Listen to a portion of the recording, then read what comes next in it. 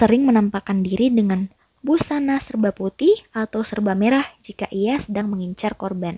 Hai teman-teman, kembali lagi dengan aku di Gina Official.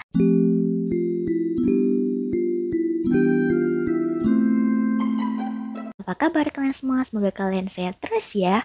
So di sini aku minta maaf dulu soalnya beberapa minggu ini aku nggak upload video. Lebih tepatnya 1 bulan sih ya. Oke. Di sini kita bakal masuk ke segmen horor.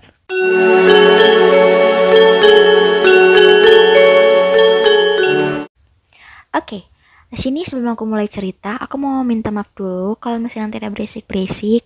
Ya kalian tahu lah, soalnya kamar aku nggak kedap suara. Iya. Oke, cerita ini aku ambil dari Sulawesi Selatan. Kalian udah pernah dengar ceritanya nggak? Dah, daripada kepo, let's go to the video. Hantu Sumiati dari Makassar dan cerita balas dendam.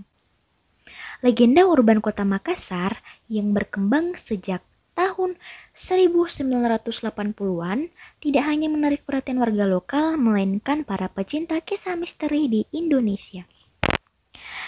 Hantu Sumiati disebut sering menampakkan diri dengan busana serba putih atau serba merah jika ia sedang mengincar korban. Umumnya, hantu Sumiati ini dipercaya sering meneror laki-laki di malam hari. Buat para pria-pria jangan keluar malam-malam ya. Umumnya lelaki apes tersebut berprofesi sebagai supir angkot atau pengayuh becak. Ia muncul dengan bersimbah darah dengan bagian tubuh tak lengkap. Salah satu kisah yang menyebutkan bahwa hantu Sumiati adalah wanita korban pelecehan seksual. Ternyata ada beberapa versi perihal asal-muasal Sumiati ini. Menurut buku dari Suster Ngesot sampai Sundel Bolong, disebutkan bahwa Sumiati ini adalah nama seorang perempuan desa yang coba mengadu nasib ke kota Makassar demi memperbaiki hidup keluarganya. Namun, nasib naas menimpa Sumiati yang tinggal sendiri di kota tanpa kerabat. Sumiati yang berjalan sendiri di suatu malam lantas disekap oleh kawanan pemuda yang kebetulan berpapasan dengannya di jalan. Lantaran suasana yang sepi, suara Sumiati meminta tolong lenyap di telan sunyi. Malam itu, Sumiati dilecehkan kehormatannya oleh kawanan bejat ini. Balas dendam dipercaya membuatnya sering gentayangan. Oke.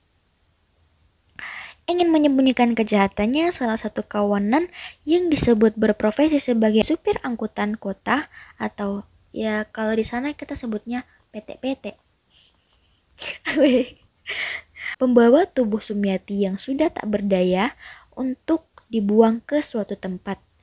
Di perjalanan, Sumiati yang lemah tak berdaya mengetahui bahwa kawanan biadab ini sehari-harinya bekerja sebagai supir PT-PT yang mengayuh becak.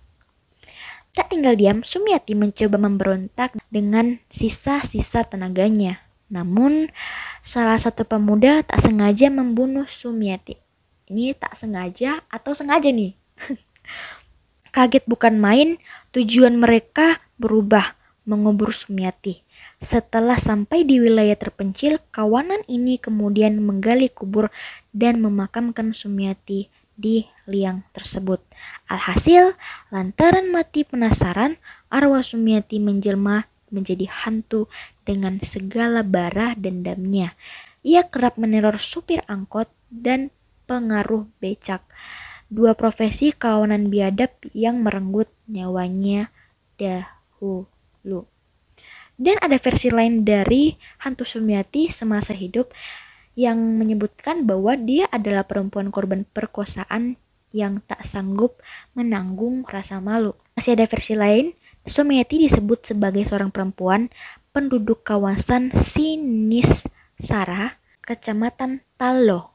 Perempuan tersebut menjadi korban perkosaan, namun tidak sampai dibunuh, namun rasa malu yang ia tanggung dan harus disembunyikan. Belum lagi cibiran dari keluarga dekatnya.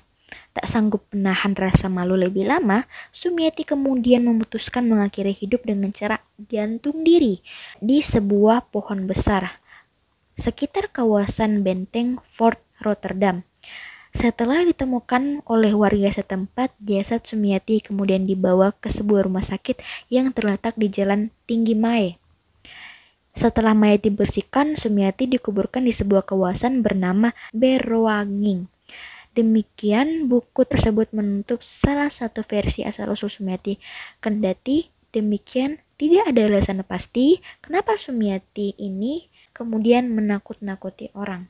Oke guys, itu tadi adalah cerita singkat dari aku. Kalau kalian suka dengan video ini, jangan lupa tekan tombol merah di bawah ini. Dan jangan lupa aktifkan tombol loncengnya dan jempol serta share-nya juga ditekan ya. Oke, see you to next video. Bye-bye.